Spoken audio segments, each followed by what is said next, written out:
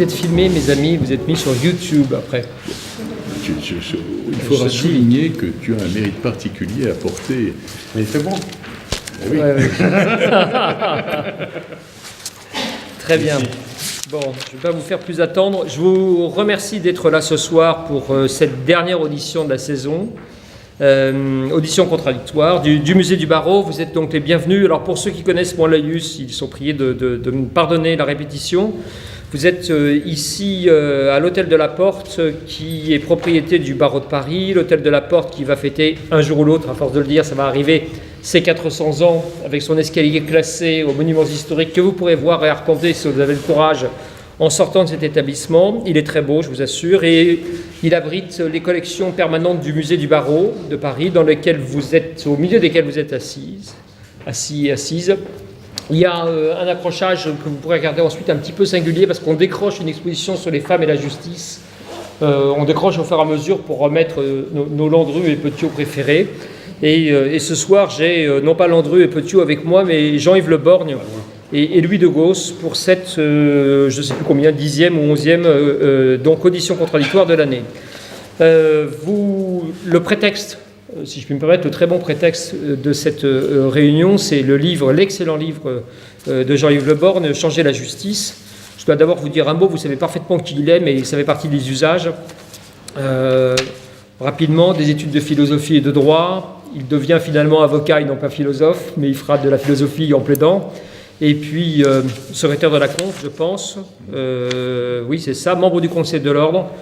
Et puis en 2008, il propose avec Jean Castelin qu'on élise pour la première fois un tandem à la tête du barreau.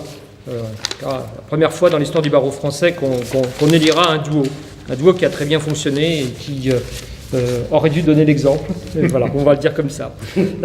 Quelques indications politiques quand même, parce que notre ami Jean-Yves sort d'un moment un peu particulier de campagne. Il a été, alors il se disait, je ne sais pas, j'ai lu, il se disait gaulliste de gauche, mais ça ne l'a pas empêché de rouler pour François Fillon ces derniers mois. Et il a même fondé un parti politique il y a quelques années avec notre confrère Gilles-Jean Portejoie et Olivier Stirn, donc, qui était l'Union centriste républicaine. Je ne sais pas s'il est encore centriste, il est les Républicains. Peut-être, et voilà. Il a publié un certain nombre de tribunes que vous avez peut-être lues, notamment dans le Figaro en début d'année, qui ont lancé un peu le débat qui finalement n'a pas eu tellement lieu, il faut bien le dire, sur la réforme de la justice, sur ce qu'est notre monde et la façon dont les politiques devraient le regarder et éventuellement le repenser. Il a déjà publié aussi, La garde à vue, un résidu de barbarie, qui est un excellent livre qui a servi beaucoup aussi dans les combats au Cherche-Midi en 2011. De l'autre côté de la barre, son contradicteur, mais c'est d'une contradiction aimable, par notre ami Louis de Gauss, qui a des défauts et des qualités. Vous choisirez dans l'ordre. Il est avocat, il est associé d'un cabinet qui s'appelle K.L. Gates. On dirait un nom de cornflakes, mais c'est un cabinet. De dentifrice. Voilà, exactement, de dentifrice américain évidemment. Il est ancien membre du Conseil de l'Ordre, nous sommes de la même promotion. Nous sommes également de la même promotion au Conseil national des barreaux. Et si nous ne finissons pas mariés, il fait de l'arbitrage. Voilà. Il organise aussi avec moi, on fait beaucoup de choses ensemble finalement, le Salon du livre du barreau de Paris, le prix du livre politique du barreau de Paris, et il est devenu président de la Société des Amis du Musée, voilà, à laquelle il vous invitera évidemment à souscrire. Vous ne sortirez pas sans avoir, acheté le livre de Jean-Yves Le Borgne, 2, rempli un bulletin d'adhésion. Très rapidement, donc on va en revenir à ce livre et je vais lancer notre ami Jean-Yves et puis demander à Louis de le contrôler ou de le contredire ou d'alimenter la conversation. Je vous donnerai la parole à un moment, mais rassurez-vous, puis vous pourrez évidemment faire signer, pour ceux qui ont réussi à attendre jusque-là, dans 1 heure à peu près, les livres de Jean-Yves, Changer la justice. Donc c'est un livre important parce que il a l'air comme ça menu, il a une bonne main, mais il est suffisant pour dire ce qui est nécessaire, c'est-à-dire aborder cette vieille institution qu'on a finalement cru réformer, mais qui est restée pétrie, on va dire, de défauts, là aussi. Il y a une urgence à penser une justice de demain. Il y a beaucoup de débats qui sont abordés dans ce livre, il y a plein de sujets, rapport évidemment du judiciaire et du politique, la formation des magistrats, la restructuration de la magistrature. Je dis ça devant le magistrat restructuré, désormais accueilli par le barreau, c'est là qu'on les restructure.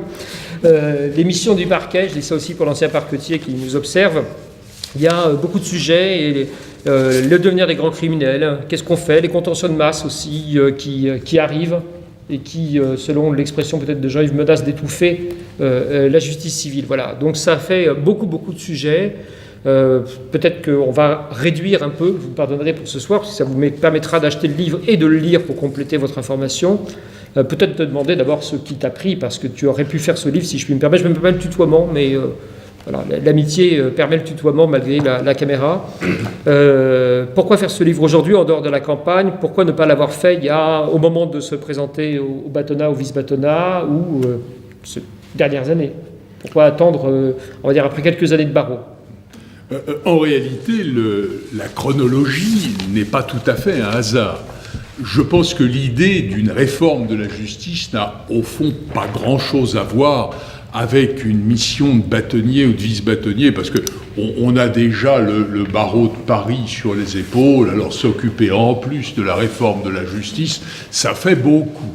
Et si je dis que la chronologie n'est pas un hasard, c'est que je souhaitais que ce livre arrive dans le contexte des élections présidentielles, en me disant que tel ou tel me ferait peut-être l'honneur de me lire et de s'intéresser à la justice. Alors, je craignais d'ailleurs qu'en paraissant le 1er mars, puisqu'il est sorti le 1er mars, ce fut un peu tard par rapport à la campagne. En réalité, c'était presque trop tôt parce que ça n'intéressait personne. Et que, quelle que soit d'ailleurs l'étiquette du candidat, visiblement, je ne sais pas si vous en avez le souvenir, on a dans cette campagne pas beaucoup entendu parler d'ailleurs de grands problèmes politiques, on a parlé d'autres choses, mais une chose est certaine, c'est qu'on n'a pas parlé de la justice. Et que les candidats de tout poil, si je puis dire, ont eu un point commun, c'est cette souveraine indifférence à l'égard de la justice. Ce n'est pas nouveau. Et on a souvent vu le garde des Sceaux être un personnage qu'on voulait honorer et mettre sur une voie de garage en impasse pour qu'il ne gêne pas trop politiquement. Si vous me demandez si je pense à quelqu'un, je vous répondrai que je pense à plusieurs, et que c'est un peu finalement une manière de montrer à quel point les présidents de la République et premiers ministres sont souvent un peu indifférents au fonctionnement de la justice, alors que c'est une institution essentielle, régulatrice de la société, et qui, au-delà du phénomène un peu de nouvelles, comme tous les faits divers ou les grands crimes, qui sont finalement des phénomènes assez individualisés et pas très importants sur le plan de l'impact social, derrière tout cela, il y a, comme le disait Emmanuel, cet extraordinaire volume de contentieux civils que la justice a beaucoup de mal à régler et auxquels il me paraît qu'il faut répondre. Voilà quelles sont les raisons pour lesquelles j'ai lancé à ce moment-là cette réflexion, puis j'avais pas eu le temps avant aussi, il y avait peut-être cet aspect des choses. Alors moi, je me suis un peu préparé, naturellement, pour pouvoir lancer la disputatio avec Jean-Yves. Un petit peu préparé parce que ce livre, ainsi que tu lui dis, là aussi je vais me permettre le tutoiement, comme a dit Emmanuel qui a lancé le mouvement, tu le dis, 40 ans de barreau largement dépassés, et j'ai l'impression d'être un soldat d'empire devant 40 siècles presque.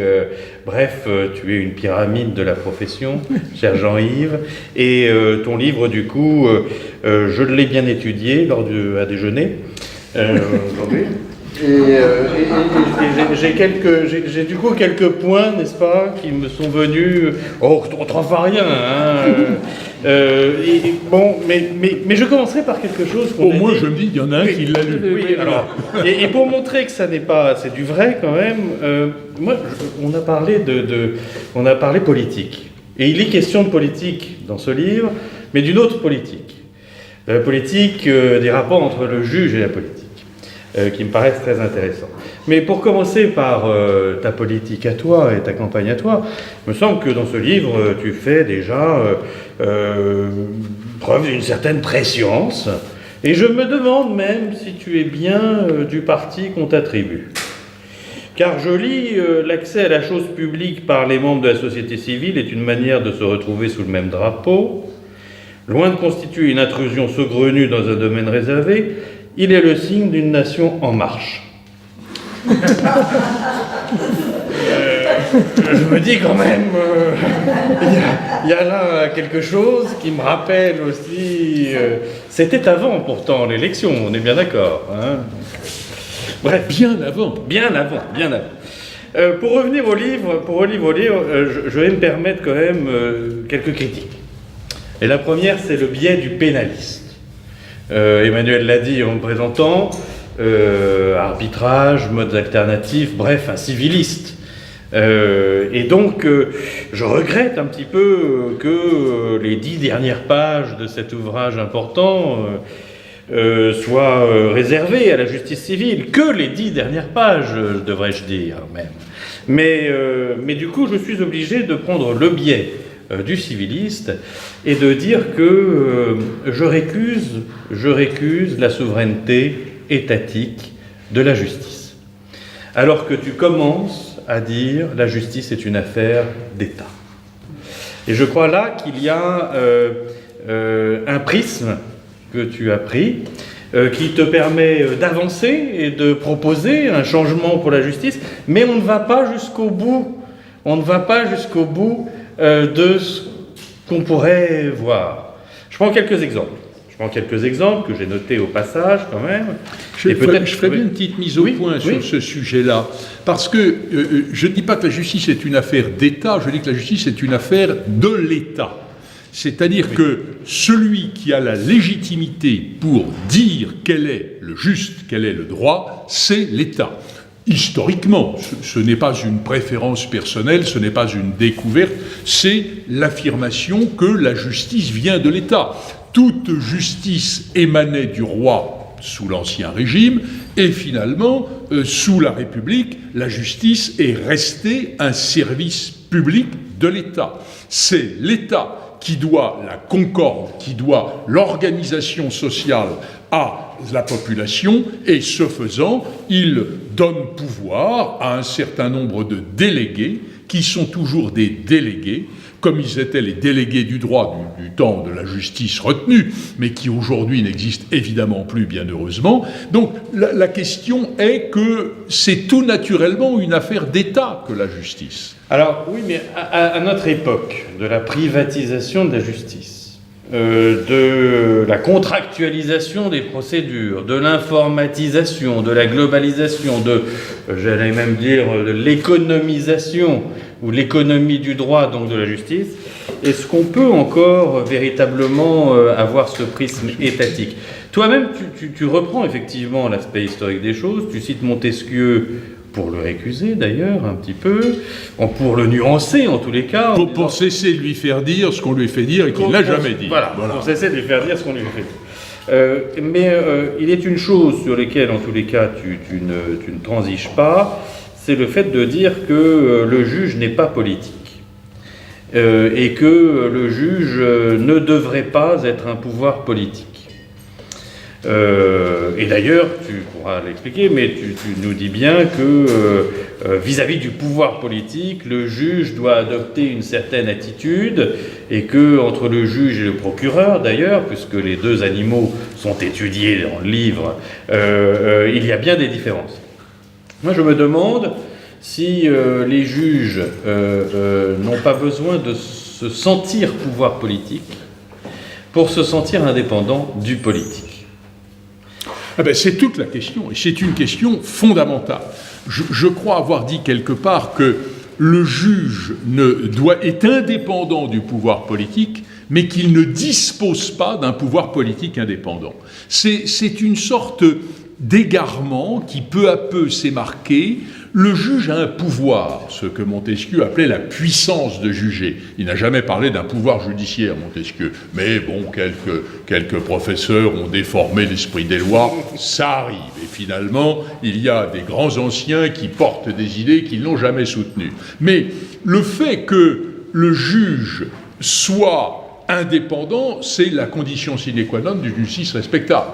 Si le pouvoir politique peut souffler, et pas seulement souffler, mais imposer une décision de justice, le juge devient une sorte de prétexte, une sorte de mascarade organisée. C'est insupportable. Mais ce n'est pas parce que l'on a une indépendance dans sa décision que l'on doit être l'expression d'un pouvoir politique.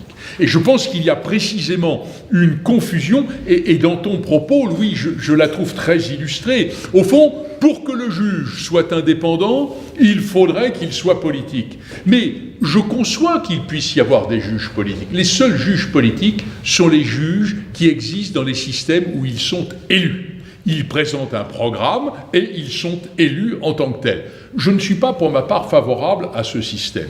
Je considère que le juge doit être non seulement loin du problème politique, mais encore d'une impartialité totale. Parce que de même que son indépendance est une évidence, son impartialité l'est aussi. Comment supporterait-on l'idée d'un juge qui serait motivé dans ses décisions par des préférences politiques ? Or, l'impartialité, on en parle comme ça, l'impartialité, la neutralité, comme si c'était des choses banales. C'est extraordinaire, l'impartialité. D'abord, je pense que ça ne peut pas être atteint.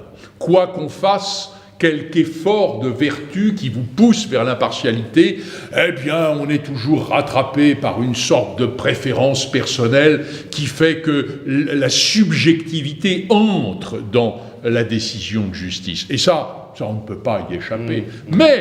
Mais si l'on est conscient de cela, et qu'on se dit, mais oui, la mission que j'exerce dans la société en tant que juge est une mission politique, et je dois en quelque sorte suppléer la carence de ces politiques dont la vertu est un peu vacillante, même beaucoup parfois, et qui en réalité ont une représentation dont ils ne sont pas dignes. C'est ça le phénomène actuel. Il y a, je crois, une sorte de réaction du judiciaire qui tente d'incarner une légitimité, alors la légitimité in abstracto, celle de la vertu, on en parle tellement, de la moralisation. Au fond, c'est au plus moral que devrait appartenir le pouvoir. Et comme le plus moral n'est pas celui qui a le pouvoir, c'est-à-dire le politique, le juge se dit, c'est moi qui dois l'exercer. Et là, je pense qu'il y a un problème de partialité qui existe dans la conquête d'un pouvoir politique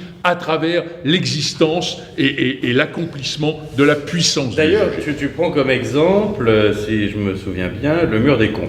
Le mur des cons comme étant un problème d'impartialité, de juge moralisateur. Mais je me demande s'il ne faut pas aller encore plus loin. L'exemple du mur des cons, c'est juste que le juge n'est plus juge. Il est parti. Il devient accusateur et non plus juge du tout. De même, encore une fois, j'ai plusieurs fois envie d'aller encore plus loin, en fait, dans ta réflexion. Quand tu viens dire le juge s'approprie la loi, en réalité, effectivement, il fait plus que s'approprier la loi. Il vient la modifier, il vient la moraliser. Quand tu viens dire il faudrait une Cour suprême, effectivement, pour avoir à la fois l'aspect QPC sans avoir ce filtre, par exemple, des cours et tribunaux. Pourquoi n'allons-nous pas plus loin ? Finalement, la Cour suprême, c'est le modèle américain. Et donc, allons vers l'accusatoire. Tu y vas d'ailleurs en nous disant le procureur est une partie. Et le procureur n'est pas un magistrat. Est un magistrat, mais n'est pas un juge en tous les cas. Je crois que si on disait aujourd'hui que le procureur n'est pas un magistrat, ce serait une sorte d'injure. Et l'idée. Mais je ne crois pas. Je crois qu'il faut dire que le magistrat est l'avocat de l'État et l'avocat du roi, comme il mais absolument à l'origine. En tout cas, ce qui est certain, c'est qu'il y a une confusion entre le juge et le parquet, le procureur. D'ailleurs, on entend, parmi les gens qui ne sont pas du monde judiciaire, on entend, mais il y a le vrai juge et il y a le faux juge. C'est qui le faux juge? C'est le procureur. Et alors, ils n'ont pas d'ailleurs tout à fait tort, parce que nous donnons des pouvoirs au procureur dans notre organisation judiciaire qui sont naturellement des pouvoirs qui devraient revenir à un juge. Il y a eu d'ailleurs un certain nombre de confusions là-dessus. L'arrêt Medvedev de la Cour européenne qui disait que le parquet est insuffisamment indépendant du pouvoir politique. Alors là-dessus, ils ont été très contents. Ils se sont dit, mais oui, nous sommes insuffisamment indépendants du pouvoir politique. Il faut qu'on soit complètement indépendants. Mais au nom de quoi? C'est un peu comme si nous, avocats, qui avons tout naturellement un lien avec notre client, auquel nous demandons des instructions, même si nous en discutons librement avec lui, le bien fondé. C'est un peu comme si on disait, non, vous avez tout nié jusqu'à présent, mais vous n'avez aucune conscience claire de votre intérêt, je vais plaider coupable, je vais même dire que vous regrettez ce que vous dites que vous n'avez pas fait, et vous verrez qu'à la fin, vous serez content. Mais qu'est-ce que c'est que cette histoire d'un procureur qui, tout à coup, est complètement coupé de celui qui lui donne non pas des instructions précises, mais qui lui donne la capacité d'intervenir. Au fond, le seul sens d'un procureur dans le débat judiciaire, c'est qu'il y porte la volonté et en tout cas la pensée du gouvernement. Sinon, c'est quoi? Ce serait une manière de souffler à l'oreille du juge, un pauvre juge incapable de trouver la bonne solution, de la lui souffler parce que... Allons vers l'avocat de l'État, procureur comme aux États-Unis, qui va être un avocat dans le service public, comme on dit, un avocat dans le service privé. Rééquilibrons dans ces cas-là les forces. Pourquoi pas? Parce que nous avons un procureur avocat de l'État, comme tu le décris finalement, mais tu es plus en nuance que moi là-dessus. Moi, je dirais, allons jusqu'au bout de la réflexion. Le fait est que cet avocat de l'État dispose de pouvoirs exorbitants par rapport à l'avocat du privé, de la personne, de l'individu, des pouvoirs exorbitants d'enquête, des pouvoirs exorbitants de police. Mais outre-Atlantique, précisément, l'avocat dispose aussi de ces pouvoirs d'enquête. Et le rééquilibrage ne serait-il pas plutôt de dire le procureur est un avocat de l'État, il prend ses instructions, comme souvent dans les arrêts de la Cour européenne, des instances européennes, il faut y voir le contraire. Les instances européennes disent le procureur est trop attaché à l'instance politique et donc ce n'est pas un juge, même si c'est un magistrat du point de vue de l'ordonnance de 45 et autres. Et la Cour ajoute, et d'ailleurs il soutient l'accusation. Ce qui l'invalide, ce qui me paraît l'invalide comme étant neutre. Voilà, mais justement, la Cour vient dire, donc tirez-en toutes les conclusions, c'est-à-dire que c'est l'avocat de l'État, ou l'avocat du peuple, ou ce qu'on voudra, et qu'en face doit s'opposer un avocat avec les mêmes prérogatives, ou au moins les mêmes moyens, ce qui se passe d'ailleurs dans certains pays. Mais effectivement, chez nous, il y a ce déséquilibre qui n'est pas, comme tu le rappelles, qu'une erreur de charpentier ou de menuisier. Même si, effectivement, il y a cette Mais erreur. La prééminence du parquet ne me paraît pas un scandale. Car au fond, il parle au nom de l'intérêt général, du moins de la conception qui s'en fait, et tandis que l'avocat parle au nom d'un intérêt particulier. Il n'y a pas à opposer ça, c'est dans les missions naturelles. Alors je suis un peu réticent à l'idée de transposer le modèle anglo-saxon et notamment américain chez nous. Je pense d'ailleurs que quand on emprunte des caractéristiques et des usages ou des institutions qui sont étrangères, il faut faire attention à ce qu'elles soient susceptibles de s'inscrire dans le paysage national. Mon idée n'est pas que le procureur soit un préfet judiciaire. Ce n'est pas qu'il reçoive ses ordres du parquet. Mais quand je vois, par exemple, qu'en 2013, Madame Taubira a cru bien faire, d'ailleurs, à chaque fois qu'elle faisait quelque chose, elle croyait bien faire. Bon, a cru bien faire, mais non, mais c'est un hommage, a cru bien faire en faisant prendre une loi qui interdit les instructions du garde des Sceaux à un parquet. Mais quelle est cette aberration ? Le problème de l'instruction du gouvernement à un parquet, c'est l'instruction inavouable. C'est l'instruction qui dirait, dites donc, mon copain tel, là, vous le soupçonnez de ceci ou de cela, mieux vaudrait peut-être penser à autre chose. Bon, ça, c'est quelque chose qui d'ailleurs ne s'écrit jamais. Et dire que la loi Taubira a interdit que ça se fasse, je n'en suis pas si sûr, car si la plume ne va pas dans ce sens, le téléphone existe toujours. Mais je crois qu'il y a des circonstances où on pourrait très bien imaginer, je ne dirais même pas des instructions, mais un échange. Vous serez demain la voix du gouvernement dans un grand procès. N'est-il pas, monsieur le procureur général, temps de penser à l'idée que la légitime défense, qui est exclue du fait qu'une femme battue depuis 20 ans tue son mari dans son sommeil, parce qu'à ce moment-là, puisqu'il dort, il n'y a pas de danger immédiat, parce qu'il n'y a pas de proportion, parce qu'il n'y a pas de réaction possible, ne pensez-vous pas que ce serait l'occasion d'une réflexion pour étendre cette notion de légitime défense, peut-être un peu étriquée et inadaptée à tous les cas? Ne pensez-vous pas, monsieur le procureur général, ailleurs, que ce médecin qu'on va juger pour divers homicides, alors qu'en réalité, oui, certes, il a tué des gens, mais qui étaient des malades incurables, il a mis fin à leur souffrance. Ne pensez-vous pas qu'il y a lieu de considérer que c'est l'occasion d'une réflexion? C'est ce genre de dialogue auquel je pense, pas le fait que le procureur se verrait imposer une instruction. Je pense que l'autonomie de la réflexion, qui est dans notre culture, la plume est serve et la parole est libre. La parole est libre depuis toujours. Il faut qu'elle le reste. Il faut que, à un point de vue gouvernemental, puisse s'opposer la conscience d'un homme ou d'une femme, qui est en mesure de la porter. Mais couper les choses, c'est s'inscrire dans un processus politique qu'on a vu se développer d'une manière un peu aberrante. J'ai du pouvoir, je suis une institution, mais comme je suis un bon démocrate, je ferai rien. Je n'utiliserai pas mon pouvoir. Qu'est-ce que c'est que cette façon de ne pas être, au fond, digne du pouvoir que l'on a ? Mais tout à fait d'accord avec toi.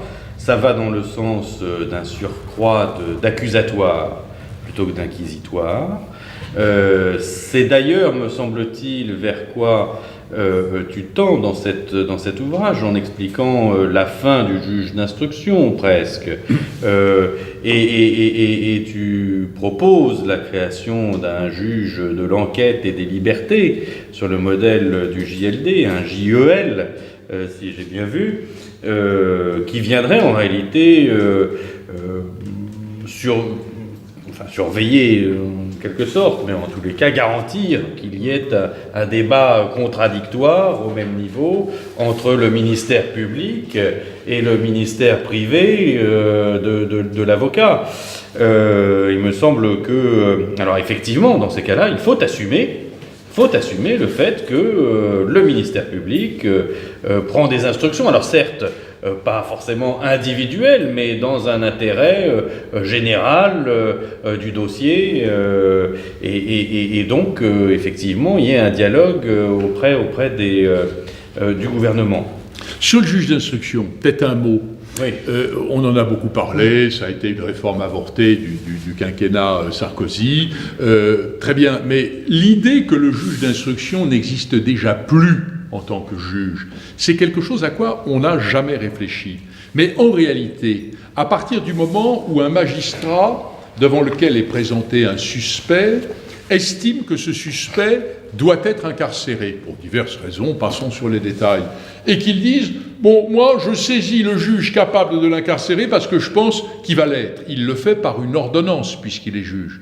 Mais pardonnez-moi, la demande d'incarcération de quelqu'un faite par un magistrat à un autre, ça s'appelle partout un réquisitoire. Donc déjà, depuis la création du JLD, le juge d'instruction est déjà à moitié devenu procureur. Et dans certaines circonstances très particulières, quand il veut sonoriser la nuit des locaux d'habitation, il faut qu'il demande l'autorisation à qui ? Au JLD. Mais est-ce que c'est pas précisément la définition qu'on pourrait attendre de l'action d'un procureur ? Donc je pense qu'on s'acharne à considérer que le juge d'instruction est encore un juge, il est déjà un organe de poursuite. Et puis, tenez, il conclut son dossier par une ordonnance de règlement, qu'on appelle en matière correctionnelle l'ordonnance de renvoi devant le tribunal correctionnel.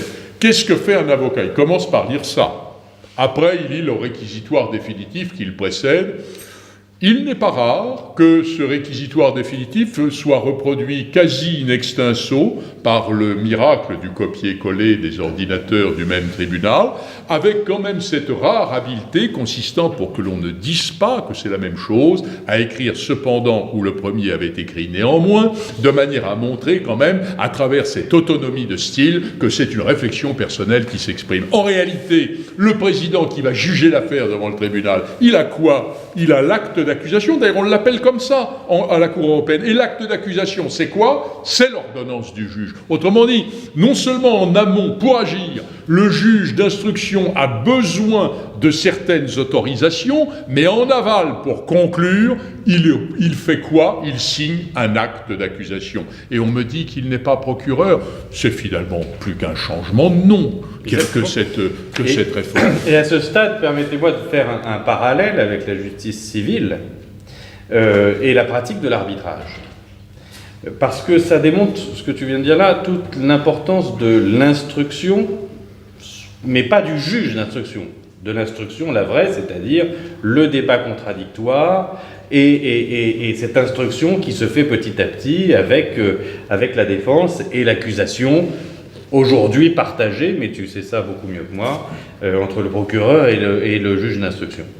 En arbitrage, nous avons cette instruction civile. Et ça fait toute la différence.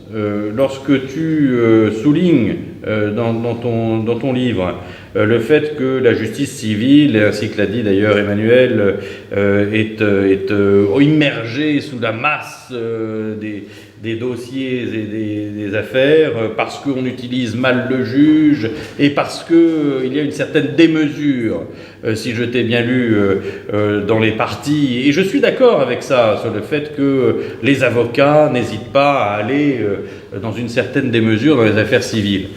Qu'est-ce que ça pose fondamentalement comme question? Ça pose la question de la crédibilité. De la crédibilité des avocats et des parties dans le procès civil, mais aussi dans le procès pénal. La crédibilité ici du juge d'instruction que tu mets en cause. Il me semble que si on revient à une vraie instruction, que ce soit pénale ou civile, purement contradictoire, qui du coup n'a pas réellement besoin du juge d'instruction, de ce côté inquisitoire là, qui sans américaniser les choses, n'est pas non plus dans l'air du temps. Ce côté inquisitoire secret au sein d'un cabinet d'une personne qui se trouve être un petit peu au milieu de tout cela. Nous ne l'avons pas en arbitrage. Et pourtant, il y a une vraie instruction civile du dossier qui se fait directement devant l'arbitre, c'est-à-dire devant la juridiction, et qui, via le débat contradictoire d'enquête, ce qu'on appelle une enquête au civil, et que tout dans notre droit permet, cette enquête du transport sur les lieux du tribunal en matière civile qui existe, jusqu'à l'audition des témoins qui existe aussi, même si on ne s'en sert pas ou pas assez devant les juridictions civiles.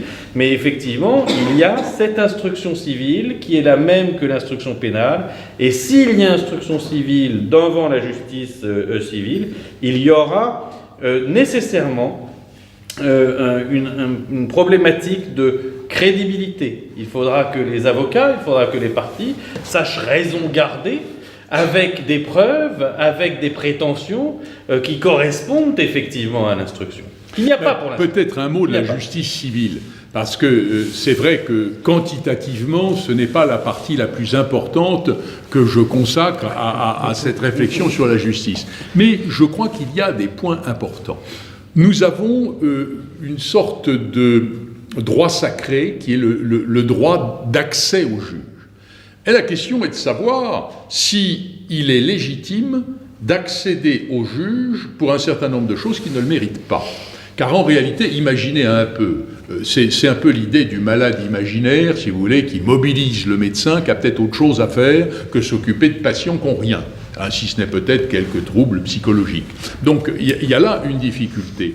Et je crois qu'il faudrait pénaliser, par des amendes civiles par exemple, ceux qui entraînent une sorte d'embouteillage de la justice par des saisines qui n'ont pas beaucoup de sens et qui sont excessives. Et puis je crois qu'il faut aussi que les avocats et c'est un point important, ça, je dirais délégué Ferranda, que les avocats changent d'esprit. Jusqu'à présent, un avocat a pour mission la défense d'un client, pas la défense de la justice.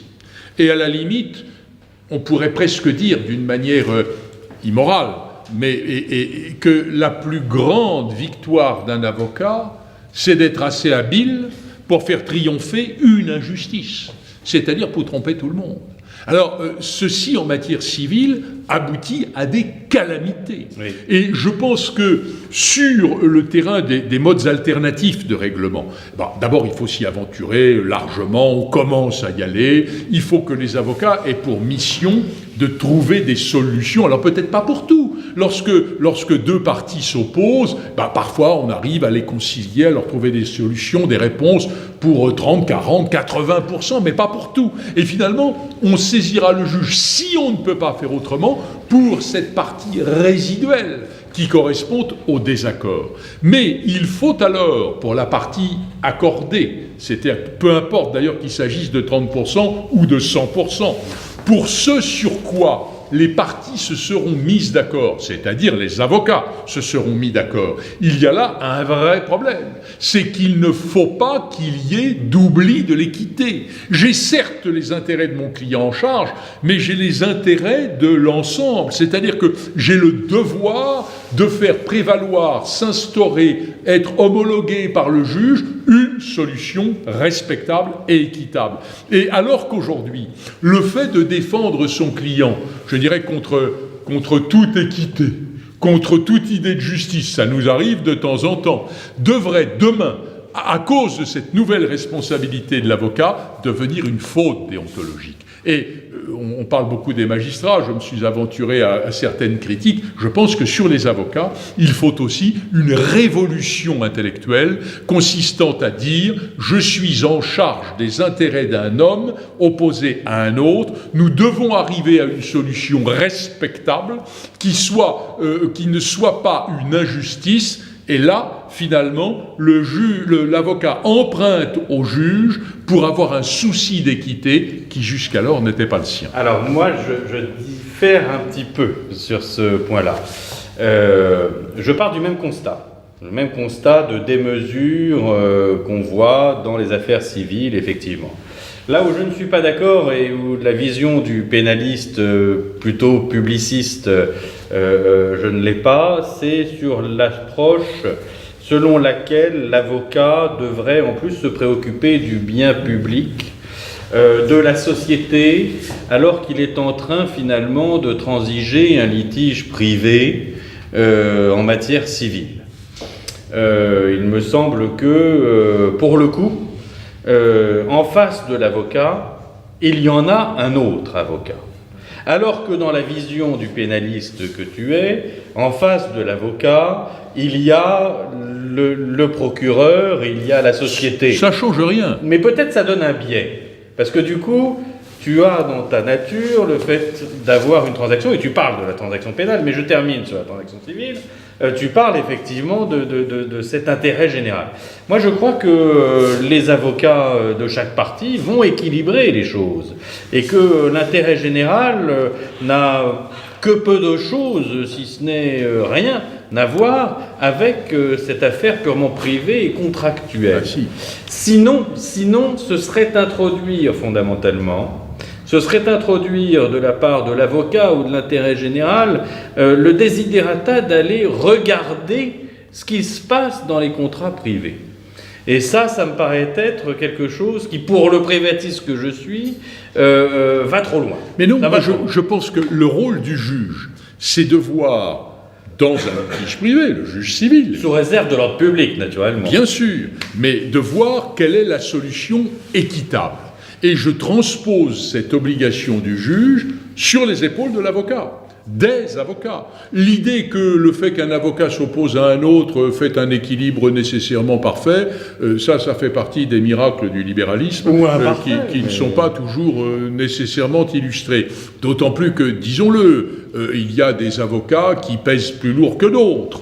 C'est pas pour vous, mon cher ami, ça. Bon, mais disons, il Mais y a... les journées sont quelquefois plus longues. Ben, c'est pour oui, ça, mais oui, j'ai des choses à lire. il y a des situations où finalement, même peut-être une simple habileté, une simple autorité morale ferait que l'une des parties se laisserait convaincre d'une solution qui ne serait pas la bonne. Et c'est là que je dis, ou bien les avocats assument cette exigence publique de l'équité dans le règlement des litiges privés, ou bien il faut un juge, parce qu'il faut que quelqu'un assume l'idée de justice. Et le problème étant de désengorger la justice civile en confiant le règlement des litiges, ou d'une partie d'entre eux, aux parties elles-mêmes, quitte à ce que, bien entendu, il y ait une homologation. Mais l'homologation est un regard pour voir s'il n'y a rien apparemment de choquant. On va pas s'y consacrer d'une manière aussi profonde que s'il s'agissait de juger, parce qu'à ce moment-là, mieux vaudrait plaider et juger comme on le fait aujourd'hui. S'il y a une élaboration, une co-élaboration de la décision de justice par les avocats, ils ne peuvent pas ne pas emprunter au juge son respect de l'équité. Je n'en suis pas sûr.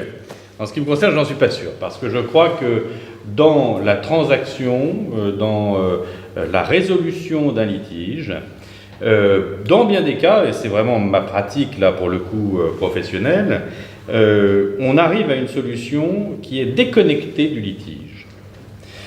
Autrement dit, et ce n'est pas le cas en matière de transaction pénale, mais en matière de transaction civile, de médiation notamment, en matière civile et commerciale, le litige peut être circonscrit à certaines positions des parties, et en réalité on va dissoudre plutôt que résoudre ce litige dans un autre rapport contractuel qui va permettre de faire d'autres affaires, qui va permettre de faire d'autres choses. Oui, mais si et vous donc, prenez... l'équité n'a pas grand-chose à voir. Mais si vous prenez simplement un divorce, c'est quand même le litige C'est civil un exemple que tu par prends, excellence. oui. Bon, le litige civil du divorce, il ne se résout pas dans une sorte de pensée supérieure. Peut-être peut-on atténuer l'animosité, mais il faut que l'animosité soit atténuée par des solutions concrètes, qu'il s'agisse d'entretien, de participation à l'entretien des enfants, de toutes sortes de choses. Bon, il faut donc que ces éléments-là soient des éléments qui correspondent à la réalité. Il faut aussi, et là le problème se pose, il faut aussi que l'avocat ne soit pas le complice de son client lorsque celui-ci dissimule, par exemple, une partie de ses revenus que son épouse ne connaît pas parce que c'est peut-être à l'étranger et qui dit comment une pension de cette importance, je ne peux pas le faire. Avant de passer la parole, certainement, Emmanuel me fait signe, mais là, je te rejoins parce qu'il y a une partie tierce qu'il faut protéger, qui s'appelle les enfants. Et donc, effectivement, en ces cas-là, il y a un devoir pour les avocats que nous sommes, certainement, d'aller regarder quand même un petit peu l'éthique. Mais il y a toujours une partie tierce qui est l'adversaire. En matière commerciale, on est nettement plus dans les affaires. Mais bon. Mes amis, je pense que l'éthique et l'intérêt général ou collectif commandent que la salle puisse s'exprimer aussi, parce que je pourrais vous refaire tout de la boucle du livre et on n'a abordé que quelques points. Oui, c'est vrai. Voilà. Mais On n'a pas abordé toute la peine. non, il y a toute la peine. Voilà, il y a un grand chapitre sur la peine, pardon. Donc, oui, ce dont les amis, voilà. le cas en matière pénale, en procédure pénale française, c'est d'être dans une position de mineur, de partie qui a des droits, les droits à la défense, mais qui n'a aucun moyen. Et sans aller jusqu'à la procédure accusatoire, à laquelle beaucoup d'avocats aspirent ou rêvent, parce que ça nous donnerait des moyens dont nous sommes privés dans l'intérêt de nos clients, au moins du contradictoire dans la procédure, qui serait instauré notamment dans les enquêtes préliminaires qui concernent 90 ou 95% des affaires pénales, qui sont sous enquête préliminaire d'un bout à l'autre de la chaîne sous contrôle exclusif du parquet, sans que nous ne soyons informés de rien. Alors quand on s'appelle Jean-Yves Le Boer, évidemment qu'on écrit au procureur de la République pour être informé d'une enquête dont on a eu le vent, le procureur vous répond. Mais c'est en dehors de la loi. Et c'est en dehors de tout code de procédure pénale. C'est une pratique qui tient à la personnalité et à la force des conseils. Mais tu as entièrement raison, mon cher Étienne. Et je pense qu'on voit d'ailleurs dans cette iniquité des réponses que certains procureurs répondent à certains avocats dans certains dossiers qui ont un certain raisonnement médiatique. C'est ça.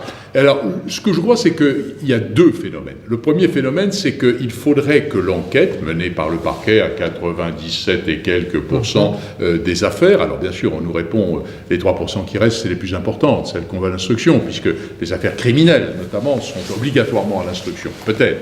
Mais dans ce nombre considérable d'affaires, le parquet, et parfois d'ailleurs au-delà du parquet qui n'en a pas la vraie maîtrise, la police, fait ce qu'elle veut, pendant un certain temps. Et je pense qu'il serait légitime qu'un juge de l'enquête et des libertés, qui serait tenu informé régulièrement selon une périodicité qui serait soit fixée par la loi, soit fixée par le juge lui-même, puisse dire à un moment, l'équité commande que maintenant vous passiez en mode contradictoire. C'est-à-dire que vous étiez là avec des bas sur la tête, en train de faire vos écoutes téléphoniques, vos enquêtes, très bien, je ne dis pas que ce soit illégitime, mais il y a un moment, il faut que ce soit contradictoire, il faut que la procédure soit connue de ceux que l'on suspecte, il faut qu'on les interpelle, parce qu'on sait bien que la formule consiste à dire, eh bien écoutez, oui, mon cher maître, le dossier, quand on est en première comparution, par exemple, devant un juge, il est là, hein, il est à votre disposition. Ah bah oui, 15 volumes, bien sûr, mais bon, ben, vous avez une petite heure devant vous, hein, il n'est pas si tard que ça. Et sauf le cas où, par extraordinaire, quand c'est possible, quand c'est la réalité, parfois le juge nous dit, bon, allez, voyez le volume 14, le reste n'a pas d'intérêt. On se demande toujours d'ailleurs si c'est vrai, mais généralement c'est vrai quand même, il faut dire les choses honnêtement. Mais si on n'a pas cette courtoisie qui consiste à nous conduire à lire ce qu'il faut lire, on est perdu dans un océan qui fait qu'il n'y a aucune possibilité. Mais je voudrais dire aussi que je crois qu'il faut, en matière pénale, comme on l'évoquait en matière civile, il faut une sorte de dérivation. On ne peut plus assumer le rite judiciaire tel qu'il existe avec, que ce soit l'instruction ou même le procès. Le procès qui souvent, on le sait bien, dans un nombre considérable d'affaires, où d'ailleurs le problème n'est pas de se moquer de ce que dit le prévenu, mais le prévenu dit oui, c'est moi. Bon, et alors on va recommencer, citer des témoins, bon, alors qu'en réalité, mais c'est moi, oui, ben, le témoin m'a vu, ben oui, c'est moi. Bon, donc tout ça ne sert à rien. En réalité, il n'y a qu'un seul enjeu, le principe de culpabilité est acquis et reconnu, quelle peine? Et là se pose le problème de la rétribution de l'acte illégal. Et je pense qu'on peut l'entrevoir sous diverses formes. Bon, il y a déjà une esquisse d'ailleurs un peu américaine, mon cher Louis, hein, qui est la CRPC, la comparution sur reconnaissance préalable de culpabilité. Je crois qu'on pourrait aller plus loin, peut-être seulement pour les atteintes aux biens, dans l'idée d'une transaction. Moi, je suis très favorable à la transaction pénale. La transaction pénale, d'ailleurs, ne devrait pas porter cet adjectif, parce que ce qui est pénal suppose qu'il y ait une faute pénale. La transaction, c'est il y a quelque chose qui ne va pas. Et ce quelque chose qui ne va pas concerne l'action de votre client. Bon, écoutez, si d'aventure réapparaissait tout à coup dans la société cette somme qui a disparu dans des conditions qui ne nous paraissent pas tout à fait conformes. Ah, on ne vous demande pas de répondre. Et puis si en plus, dans sa grande générosité, votre client mettait une somme équivalente dans les caisses de l'État pour nous avoir créé des inquiétudes qui nous ont bien fatigués, au fond, est-ce qu'on n'y gagnerait pas? La plupart des atteintes aux biens peuvent être solubles dans la réparation matérielle. Faut-il toujours aller jusqu'à une condamnation? Alors, je sais bien qu'aujourd'hui, il y a et c'est là peut-être que le politique s'insinue dans le judiciaire, il y a l'idée que celui qui arrache le sac d'une vieille dame dans une banlieue, dans le sac dans lequel il y a 15 € à tout casser, va être puni et emprisonné, tandis que celui qui, au sein d'une société, se sera rendu coupable d'un abus de biens sociaux à hauteur de 200 000 €, on lui proposerait une transaction. Mon Dieu, quelle différence! Mais moi, j'y vois une grande différence. C'est qu'en réalité, il y a un certain nombre de comportements, je ne dis pas qu'il faut dire que ce sont de bons comportements, mais qui sont solubles par des raisons matérielles. Quand il y a un trou, on bouche le trou, c'est fini. Bon, alors on peut peut-être, d'ailleurs, pour des raisons d'exemplarité, pour éviter qu'on retente le coup une prochaine fois, faire que non seulement la réparation matérielle soit acquise, mais qu'il y ait une autre contribution, comme je le disais tout à l'heure. Et ça, c'est ce qui fait qu'on pourrait peut-être arriver à une amélioration de la méthodologie, comme le suggère Étienne Lesage, mais qu'il y ait aussi, en parallèle, une sorte d'évacuation d'un certain nombre d'affaires. Sinon, encore une fois, on sera écrasé sous le nombre. Mais je vais être polémique en allant un peu plus loin. Sur la culpabilité et la réparation, Je veux bien que... Juste un mot. Il n'y a pas que l'arbitrage et les pénalistes qui s'expriment. Sur la culpabilité et la réparation, je me demande même si la culpabilité est encore l'affaire de la justice. Et si ça n'est pas, finalement, de plus en plus une affaire médiatique. Et lorsque tu viens dire, finalement, attaquons-nous et attachons-nous à la réparation, à l'heure de la justice prédictive et des algorithmes, je vais être polémique. Je me demande si la réparation ne va pas être finalement l'affaire des ordinateurs.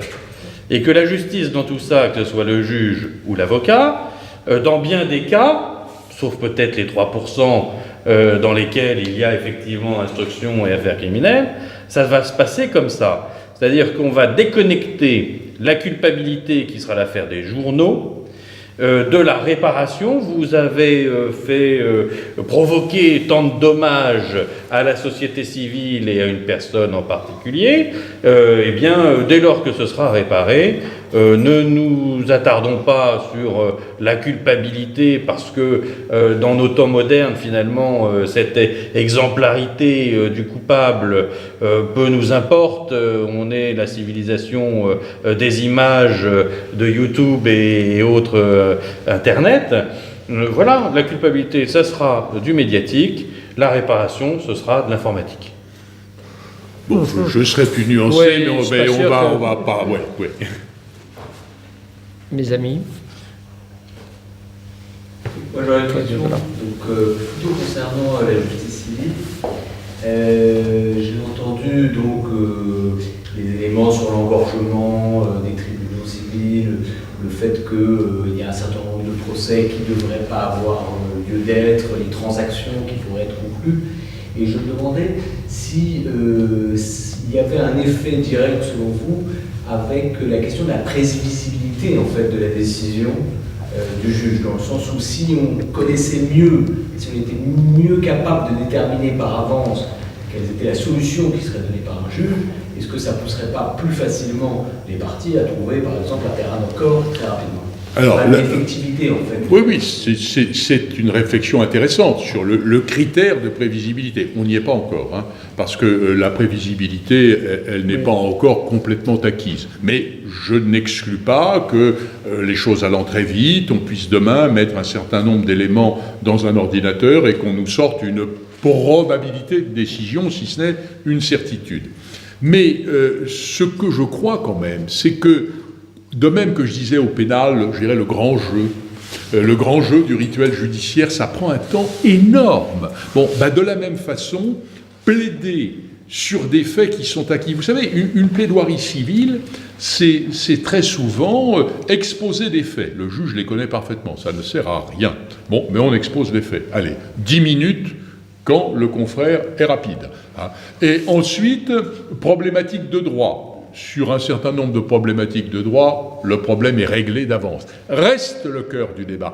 Et serait-ce anormal que le juge dise « Je ne souhaite ne vous entendre plaider que sur ce point-là. Les autres, j'ai compris. C'est pas la peine. » Bon, parce que ces plaidoiries infinies, alors, sans compter que la plaidoirie est parfois une manière d'exister pour l'avocat. Vous savez, il y a cette vieille formule qui consiste à dire « Monsieur le Président, je plaide corps présent ». Bon, ça veut dire que le client est dans la salle, je vais en faire pour une demi-heure, il y a 25 minutes qui servent à rien, mais je lui aurais montré que je m'occupe de sa vie. C'est inadmissible, ce phénomène. C'est quelque chose qui ne devrait plus exister. Il faut savoir qu'on ne doit pas nécessairement plaider surtout, qu'on ne doit pas nécessairement plaider. Alors ça, c'est en matière pénale, mais il y a quelques années, on avait envisagé de faire une cour d'assises circuit court. C'était quoi? C'était lorsque les faits étaient reconnus. C'était lorsque l'accusé disait « Eh oui, c'est moi qui l'ai tué ».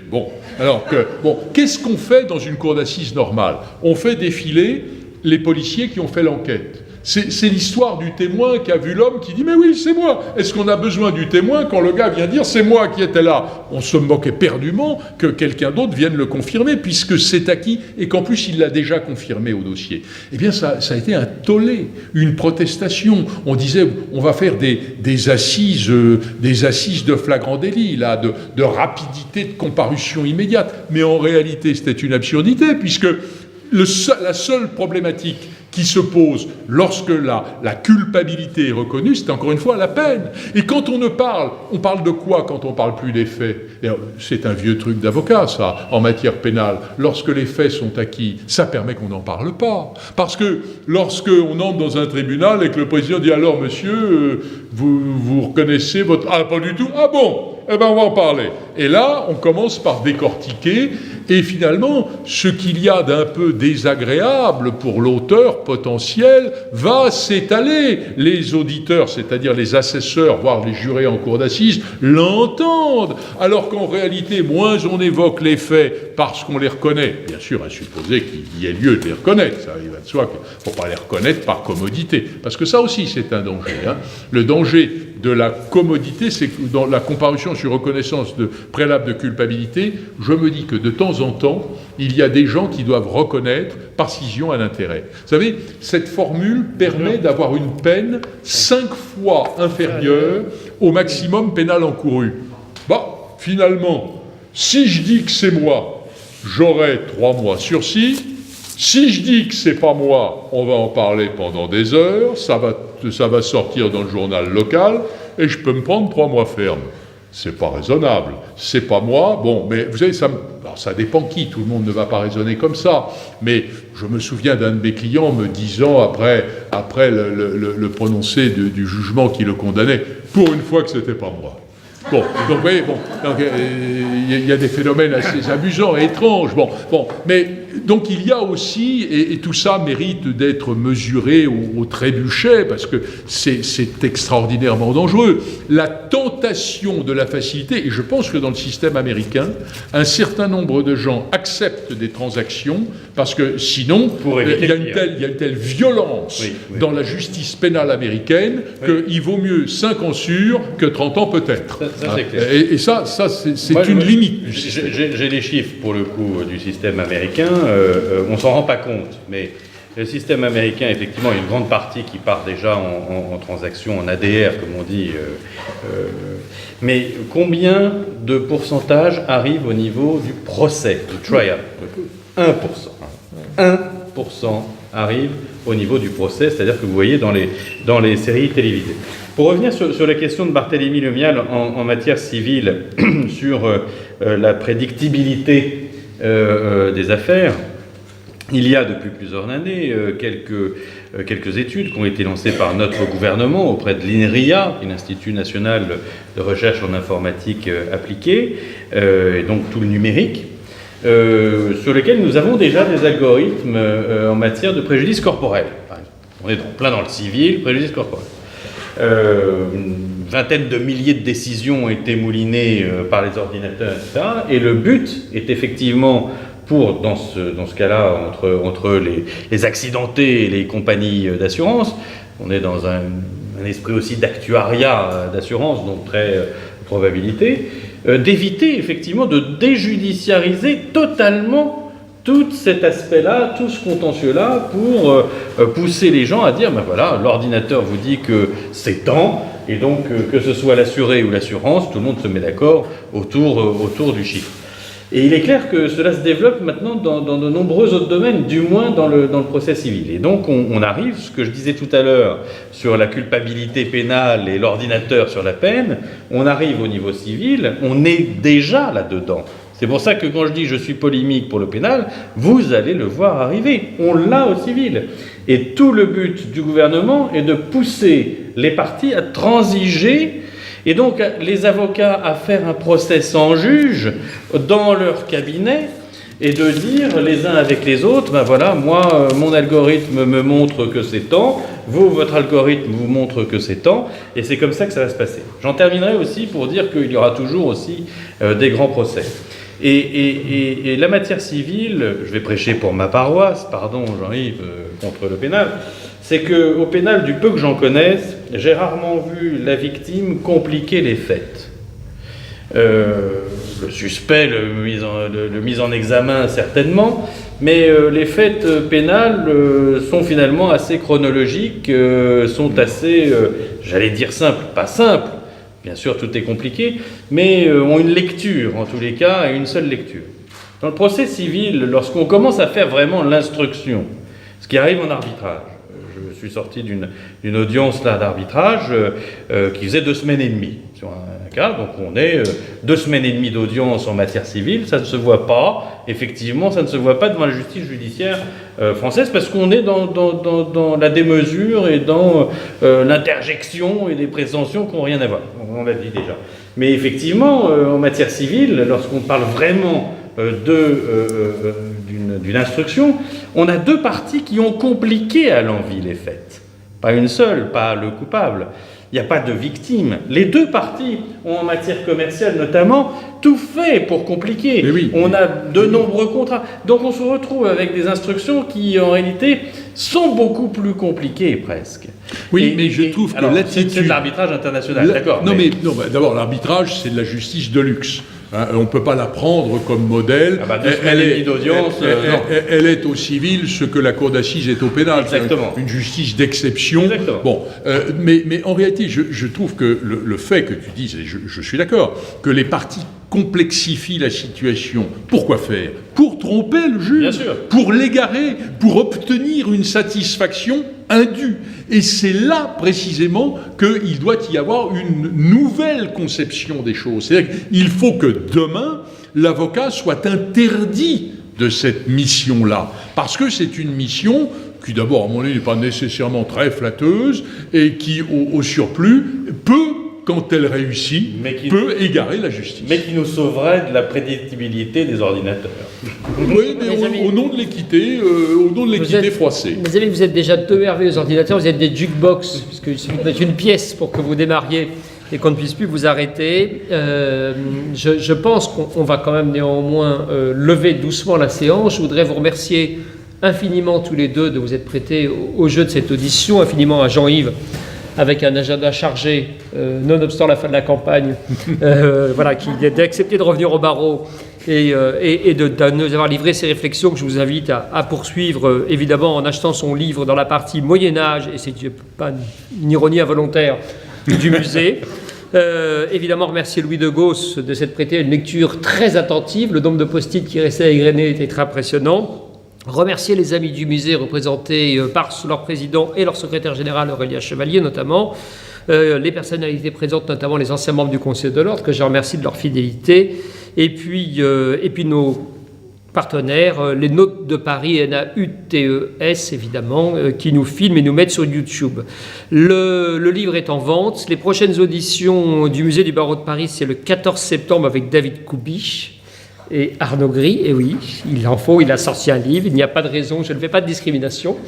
Et le 28 septembre, nous accueillerons une soirée autour de la littérature du droit. Il y a la revue Droit et littérature lancée par Nicolas Dissot, professeur, avec plusieurs autres livres qui sont sortis sur Simenon et le droit, et 2-3 choses qui nous semblent amusantes, dont on vous entendra pardon, le 28 septembre. Voilà. Pour terminer, évidemment, n'oubliez pas, pour ceux qui n'ont jamais vu, de monter au premier étage pour voir l'escalier dans sa chef-d'œuvre de perspective et de renaissance. Je vous remercie. Et monsieur le conservateur du musée, pour ceux et celles qui souhaiteraient soutenir l'initiative du musée, n'hésitez pas à venir à la Société des Amis du Musée. Les bulletins sont là. Les bulletins sont là.